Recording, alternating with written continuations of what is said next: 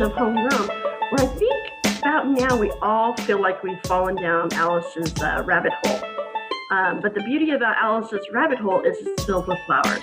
So today we're joined with a couple of guests, and let's jump right into the show. Lynn, hi, how are you doing this week? I'm great. Ramona, how are you this week? Yeah, it's like a roller coaster we just can't get off.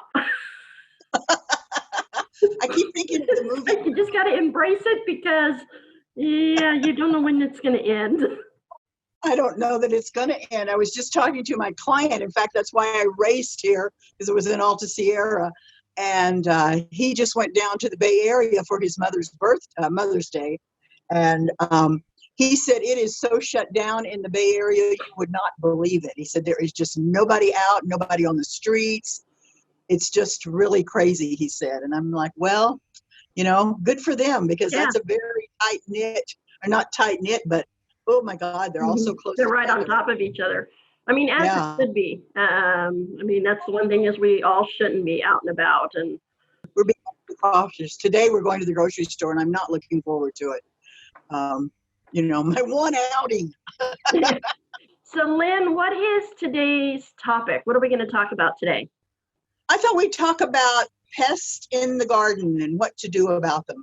I have gotten so many questions. Oh my gosh. And even on the groups that I belong to, everybody's just kind of confused about what to do. And also maybe touch on frost cloth a little bit. Oh, nice. Okay. That'll go along with the questions. I was going to ask all about tomatoes. So I didn't know about pests, but yeah.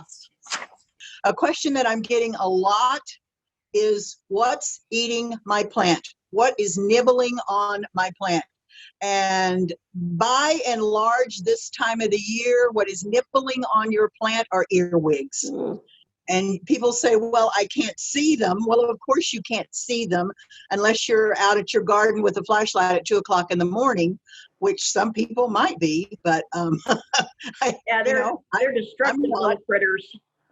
They're horrible little critters. I learned the hard way. I put out my babies one afternoon. I got up the next morning to go check them out, and they were all gone. And there was no snail track, so I knew it wasn't snails. And I began to do research and discovered that it was earwigs, and they're sneaky and they hide and you can't see where they hide.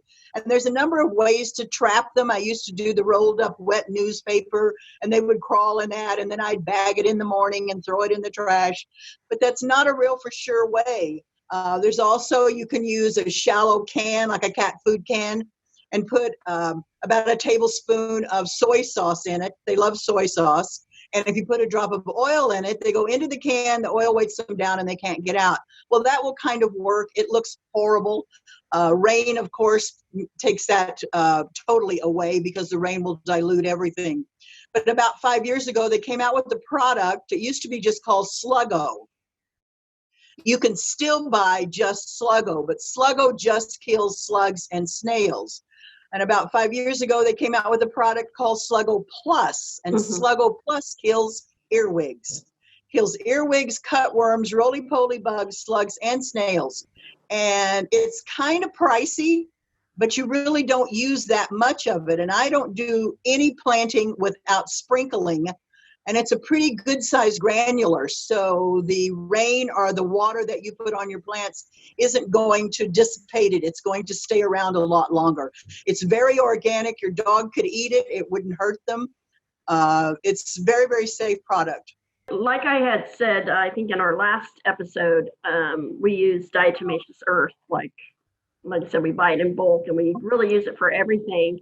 And only until we have like a big problem will we use something else. But Right. Diatomaceous earth, and it does get wet and you have to redo it, but it for us it's worked pretty well for pretty much everything. We had a total garden. We put out a 1/4 acre garden, and we spent the whole day, the kids and everybody, planting.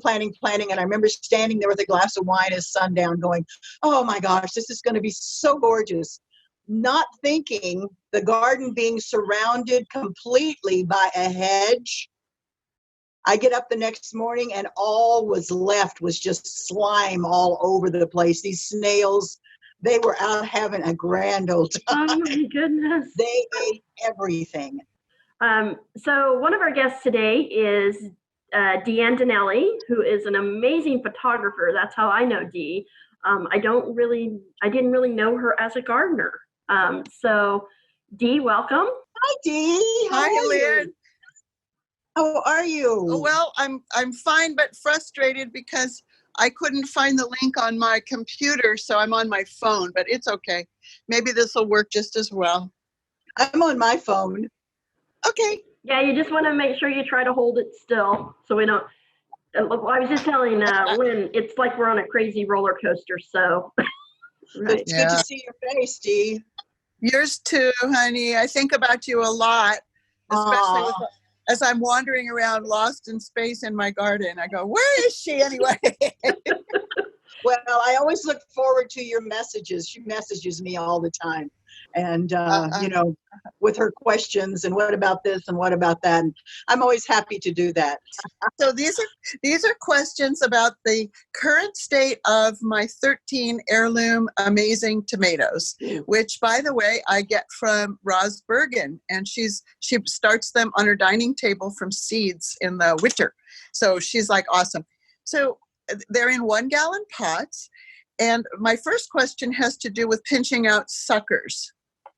Mm-hmm. Do you or don't you? Initially, how tall are they? Are they about a foot and a half? Yes, and I have sent you pictures of them this morning, Lynn, so you could see if you check your email, but that's okay. Yes, about some are a foot and some are almost 2 feet now. When they're that size, yes, I cut out the suckers, and let me explain what a sucker is. When you've got here's a branch and here's your main stem of a tomato, and this little thing comes out right here, that's a sucker, and you want to pull those off. Those are not fruit bearing, and what you want to do with a baby tomato that's about 2 feet tall, you pull those off and it encourages better root development. Okay, great. So can I ask another couple of questions? Sure. Mm-hmm. Okay, this one is about the weather. What I learned when I came to Nevada County by the old timers is put your tomatoes out between Mother's Day and Memorial Day. Well, that's our window right now, but when I look at the temperatures coming for the next 10 days, I see a lot of 40-degree weather at night. And I have them outside on a table and wonder, can I just throw a sheet over them at night, or should I be actually carrying them all in? There's a product out called Frost Cloth. It's a polymer fabric. I wrote about it in my article just this week, and I would suggest that unless you can put kind of a frame up to support the sheet, because if not, when it gets wet, that sheet is really going to bring those tomatoes down. Right. I'm using the 3-foot bamboo spikes or what do you call them? Stakes to hold up the sheet off of them. Oh, that'd be perfect then. Yeah. Okay, great. Yeah. That would be perfect. So then the third question is about shall I be fertilizing them now when they're young in the pots or not? Yes. I have that special tomato fertilizer that we talked about. Yes, that tomato fertilizer should have a larger middle number. Yes. A higher middle number. Mm-hmm. And you want to make sure that you still do it, I would say weekly. And weekly. Okay, great. Weekly. Yeah. Thank you. That helps. I haven't been doing that. I want to touch back on. All right. You're welcome. On the temperature. You're cutting in and out on me, so I'm not hearing you right now. Okay. And then I will keep on talking. All right. I noticed yesterday I monitored the temperature. Temperature had gotten up to about 50, 55 degrees. It has now dropped down to 40.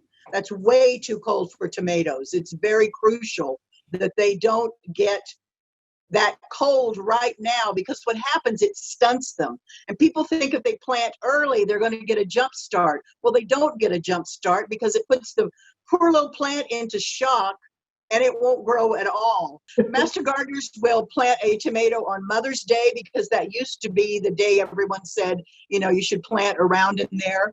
And then they'll plant another one the 1st of June. The one that they plant on Mother's Day is always stunted. The leaves are all mutated. The fruit doesn't really develop. So planting early, unless you have a means to keep them warm, is really not going to benefit you at all. I know we get so impatient. We had that beautiful warm weather and everybody was, chomping at the bit to get out in the garden. And it does not benefit anything. Somebody told me they planted corn. And I'm like, oh my goodness. Ugh. Someone asked me the other day, I planted my okra already in seeds. Will it come up? And I'm like, no, it won't. Okra and corn are two things that need hot, intense heat. And we haven't even had that. Even when we had those warm days, the nights were still cool. And you just really have to remember, UC Davis says nighttime temperature should be consistently 55 degrees. Right. And where are we now? Yeah, it was 43 this morning, I think, when I got up. We tend to always cheat and try to get a head start on our garden. And I think my daughter's going to be in a bit of trouble this year. But we have extra plants. We always plant or start more than we need. Good. So hopefully she'll be able to swap some of those out. Yeah. That's her problem, not mine. I just get to go over and do the fun stuff.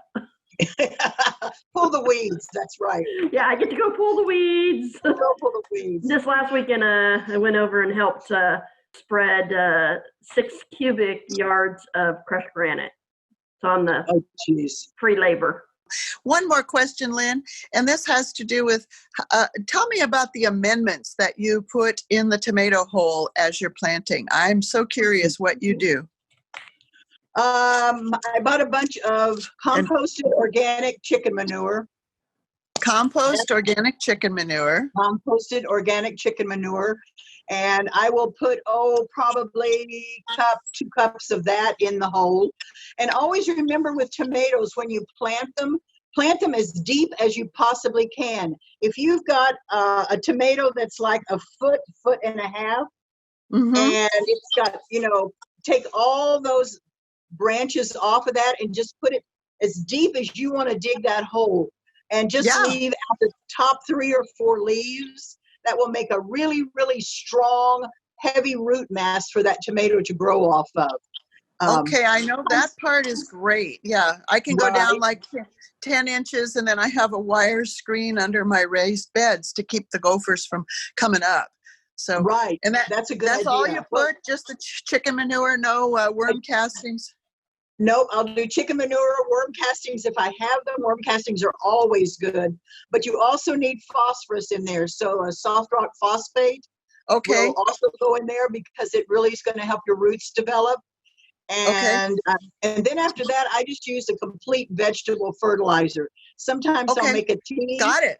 It's wonderful talking with you, and thank you so much for your help. Oh, you're so welcome, Dee. It's my pleasure.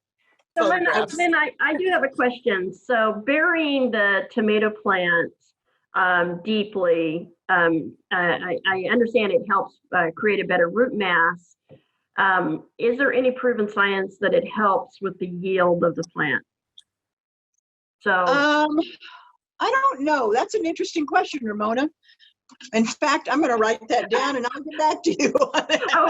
I always give you these I'll get back to you. I'll get back to you on that. Yeah. More production. Okay. Does it help with more production? It would make sense if it did, because it makes a stronger root mass and a healthier plant. So it would make sense that it did. Along with that, I wanted to add, sometimes I haven't wanted to dig a hole, like 1.5 feet deep. You can actually lay these down in a trench-like hole and put them 10 inches deep and then lay it down. Like Dee talked about, she has a raised bed. Many of our raised beds are only, 8 inches deep? Well, for a tomato, they'll just go through that screen. But for digging the hole, you can't dig a hole that deep. So you can trench it, lay it down. And, the little part that's sticking up, I'll put a little pebble like a pillow.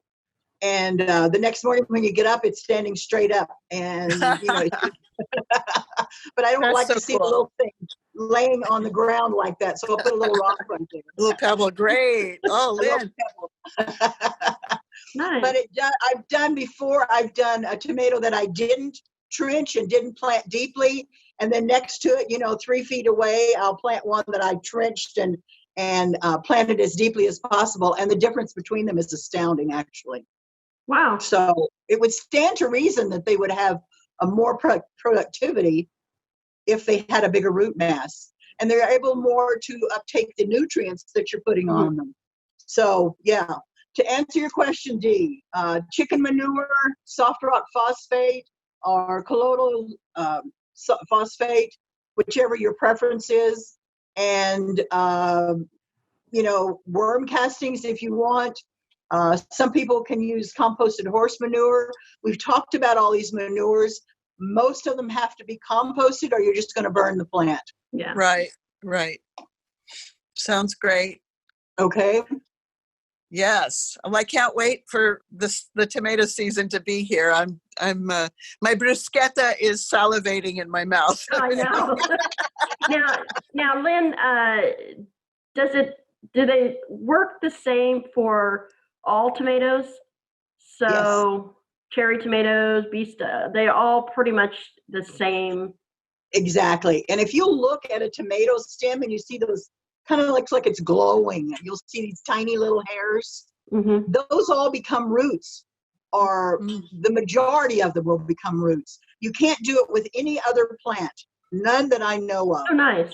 And if somebody's watching this, and correct me if I'm wrong, I'm not always right. I'm just a human that knows a lot about plants. Yeah. But, I've always said if you talk to 10 different gardeners and ask them a question, you're going to get 10 different answers. I just go by what UC Davis says, and that makes it pretty simple for me. Yeah. All right. Dee, did you have any other questions? I'm fine. I'm complete. We'll be in touch. We'll look forward to having you over for tomato bruschetta. Oh, I can't wait. Lots of garlic. Wow. So tomatoes are pretty, in my opinion, unless you grow Romas or something along the pasty tomatoes, the tomato growing is pretty easy, actually. It actually is. And to me, Romas were one of the easiest. Cherry tomatoes, oh my gosh, they come up everywhere. I know. Everywhere you planted them, they just come up everywhere. And they can actually be kind of a nuisance, if a tomato could ever be a nuisance. So let's get back to critters. Are there any other critters that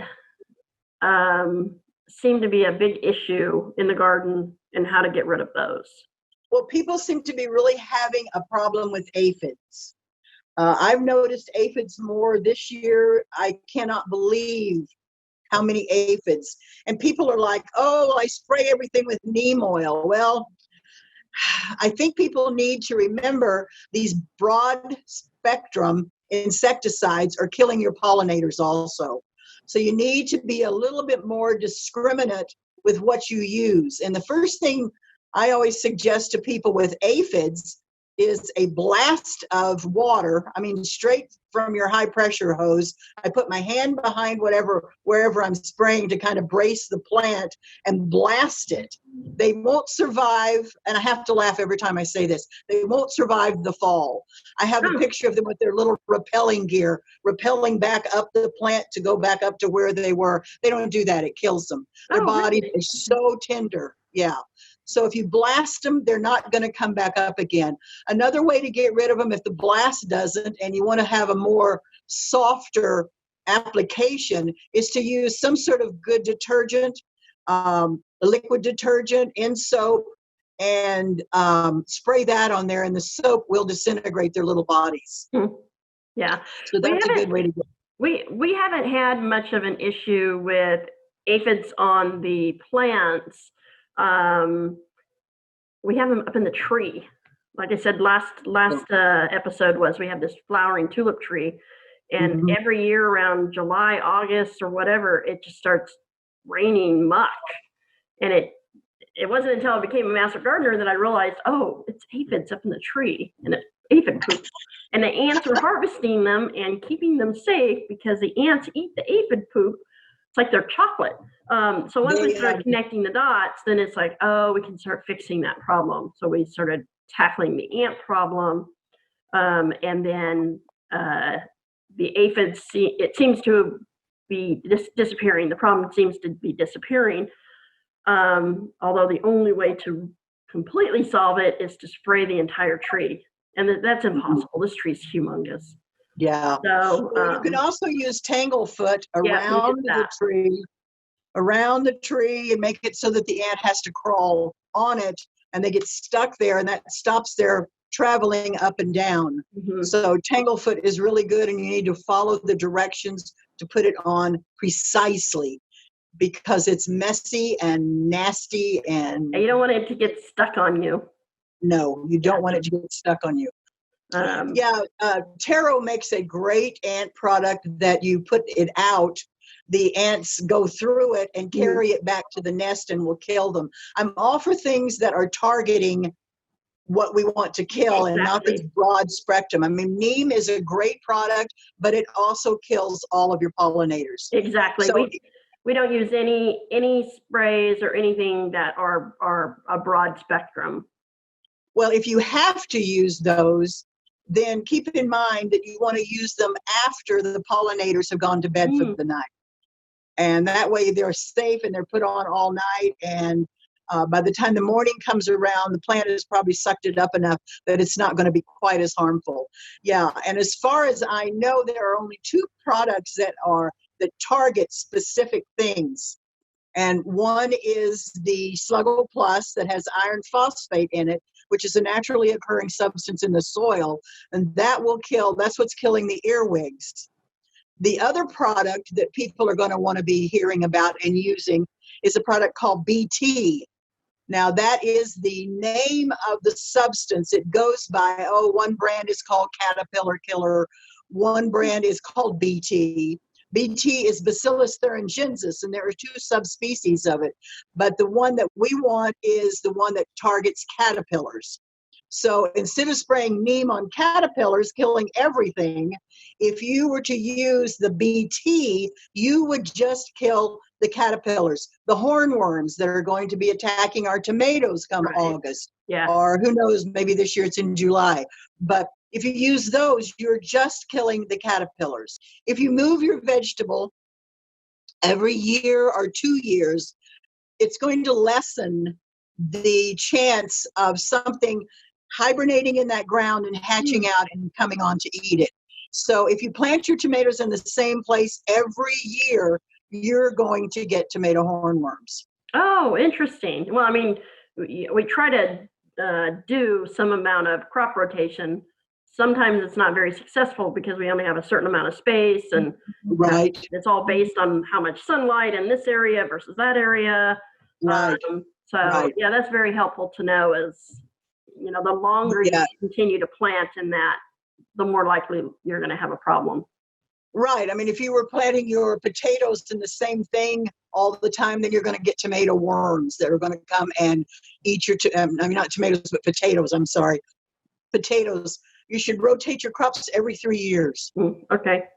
So and I'm very honored. What are the vegetables going in the ground right now? We're still kind of in this cold spell, so we got to kind of. We're kind of in this never land right now. It's too cold to plant. There are things that you could put your lettuces in right now, especially if you've got a lettuce that's that will grow in the summer. I'm growing one called the Marvel of 4 Seasons, which I thought was a very big name for a lettuce plant. But I wanted to try it. It's from Renee's Garden, and it is considered why do I keep saying tomato?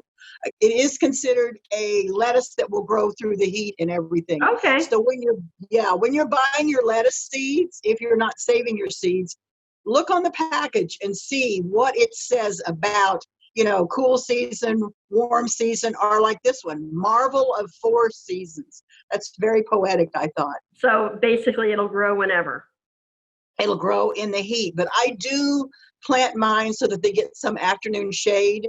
So in your shady spots, you were talking earlier about, the sunlight, the amount of sunlight determining where you're going to plant something.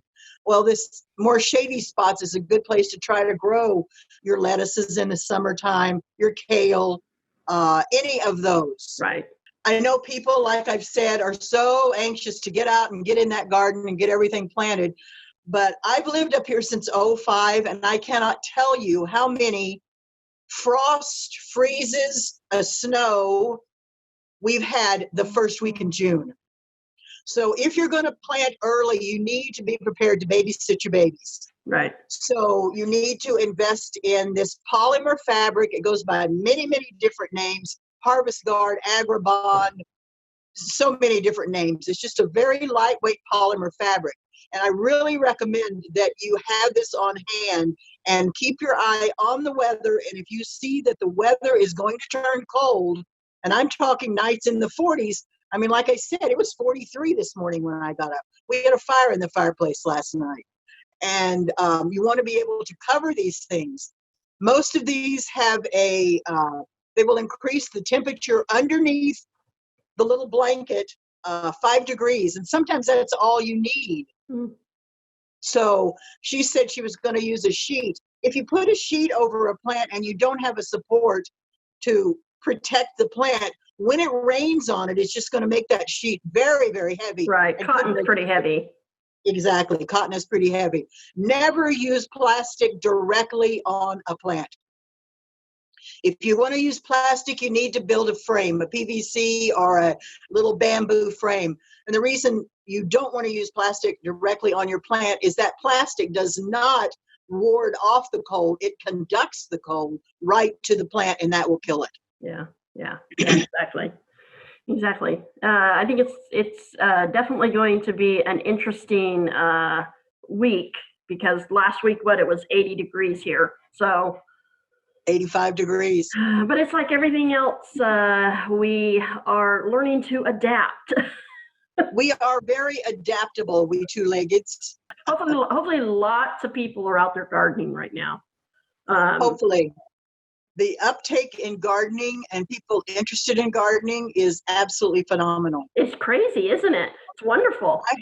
I have 4 people that have never gardened before that I am literally doing the designs for their beds because they aren't sure about how much space this takes and whatever. And I'm honored to help introduce these people to gardening because I'm such a garden geek and, fanatical about gardening. Yeah, isn't it wonderful when you design something and it works? It's like, ooh. And sometimes when you don't even plan it and it works, like, ooh, I spaced these perfectly so the wheelbarrow can fit between them, or whatever. That you have to have those times as opposed to those times when you're like, well, that didn't work. Yeah, well, and a lot of that too, and I think that's what kind of makes it fun.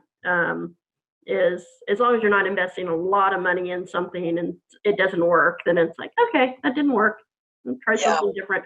I mean, that's what the beauty of it is. It's nothing that you do in the garden is permanent. Nope. No.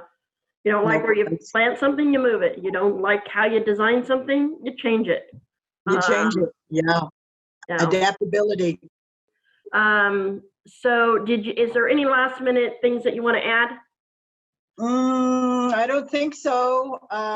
Keep your plants well watered going through this cold spell. Every time we have a cold spell, you really want to make sure all the plant tissue is full of water because it helps them ward off the cold. Other than that, I just want to tell people, go garden.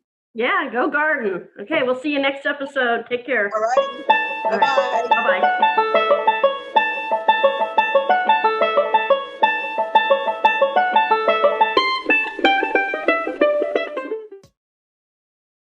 You know what? I do have one more question.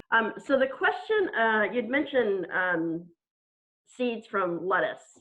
Are there any seeds out there that are just really not worth the effort to harvest and just go spend the $1.79 on the package of seeds? Well, first of all, I don't know where you're getting seeds for $1.75. Well, that's true. Because all of mine are like $3 or $3.50. No, I really don't. Some seeds keep better than others. I know I remember hearing a story or reading a story about they found seeds in one of the tombs in Egypt.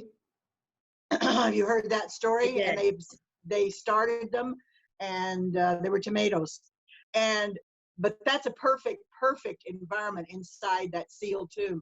So if you do want to keep your seeds, some will keep really, really well. Some don't keep well at all. You want to keep it in a cool, dark place.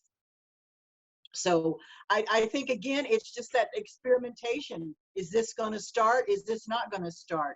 I know I tried to start some sunflowers that I had saved, and they didn't start. And I had some other ones, and I started those, and they popped right back up. Right. And they were like 3 and 4 years old. So yeah, stuff like, pumpkins and anything from the squash family, and yes, sunflowers and tomatoes. And I mean, those are all relatively easy to harvest and dry and save. I don't think I'd attempt to do lettuce seeds. To me, it's just not worth the time to do it when I can just spend very little and go get a package of lettuce seeds. Right. So there are seeds that are much harder to harvest. There are. But what I've done with when they start about to put their seeds on, I get a little brown, like a sandwich bag, like you used to put your kids' lunch in, those little bags. I'll put that around wherever it's going to seed, tie it really, really tightly, and just kind of keep an eye on the ones that I didn't put that little protection on. And then when the seeds start getting loose, I'll just cut it and let it, take it off and put it to the side. Yeah.